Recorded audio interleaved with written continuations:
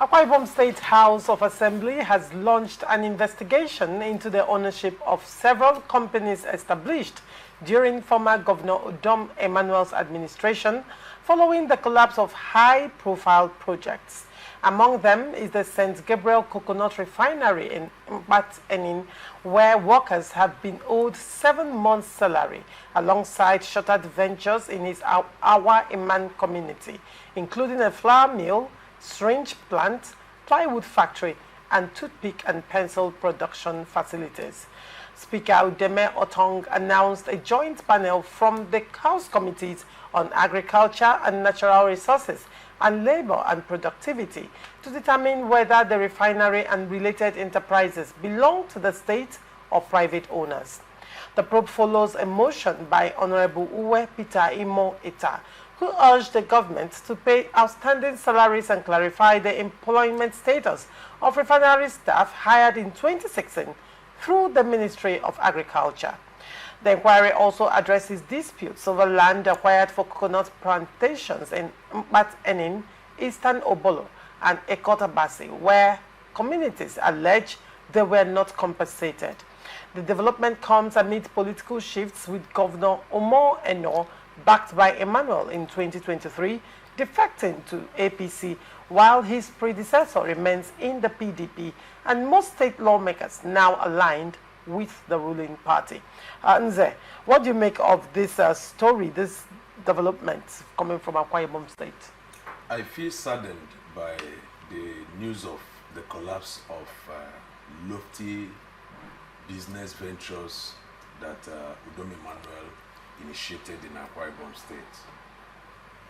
And I had expected the state government to be speaking, not just the House of Assembly. Why should those projects collapse? You can imagine as big as what was it called, the coconut refinery, the strange manufacturing plant, and the rest of the projects. What happened? But from the look of things, based on what the news carry, it is as if maybe some of these companies were really owned by Udom Emmanuel. But if Udom Emmanuel owned those companies, I think what the state government should do is to go out for it, recover it back to the state.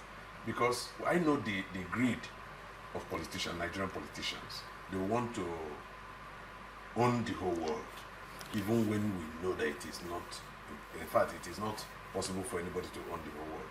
But looking at the scrutiny of the assembly, it is a good one.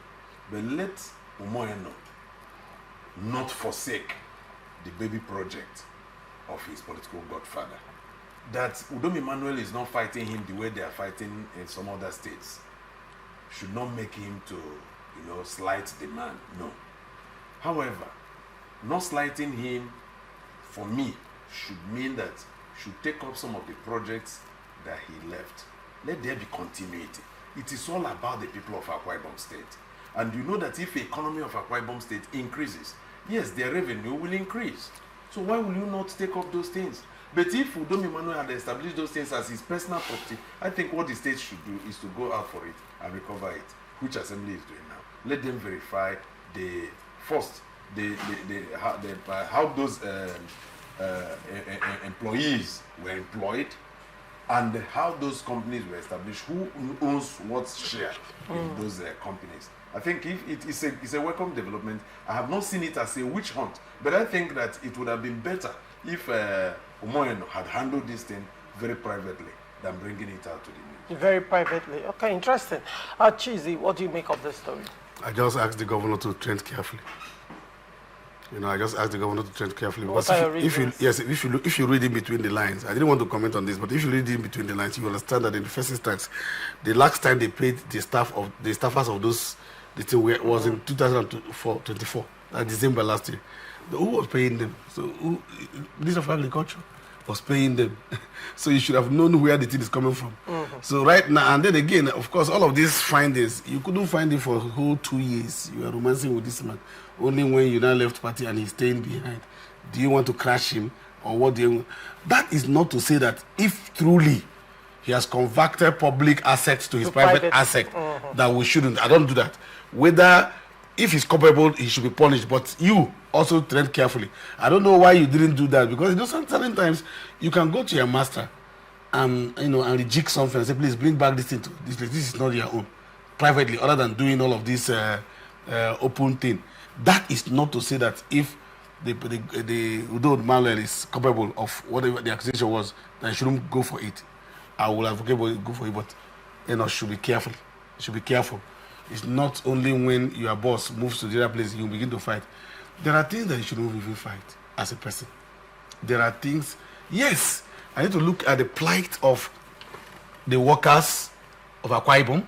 We need to also look at the viability of that project. Of course, especially the refinery, the coconut refinery. I mean, it's a very viable refinery that you can go in and find out what has happened and see how we can reject it. Now, assuming without considering that it's even owned by the private, because there's no way Udom Emmanuel can come up openly and say he owns it, except he does that. If it's owned by other private persons in Akwa Ibom, are they from Akwa Ibom? Can we not do something and then expand the shares to other persons so that the thing can be viable? So the point should be that we have a viable industry and we have the people being paid and all of that, and then remove it from the Ministry of Agriculture being paid.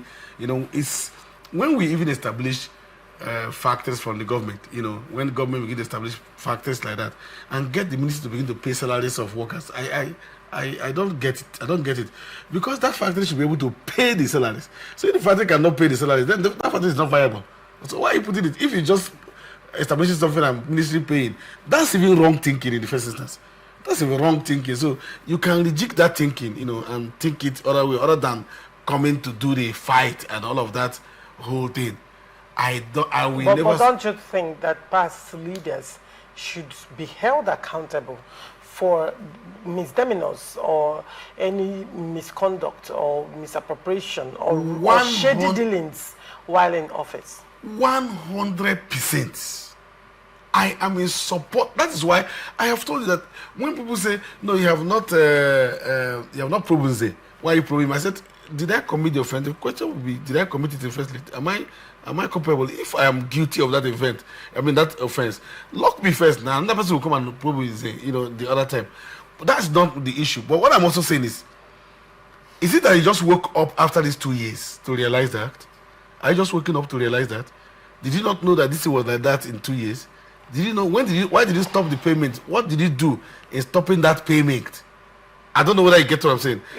For you feel this has a political undertone. It does, even though it's because of the defection of ex-Governor Emmanuel Udom. Yes. Because you're questioning the timing. The timing. If it was done prior to this time, probably you would say, okay, this is built on governance. And yes. But it is not. This is not governance. This is political witch hunt. That's what you're saying. It does. It's not just governance. It's political witch hunt. All right. Very well.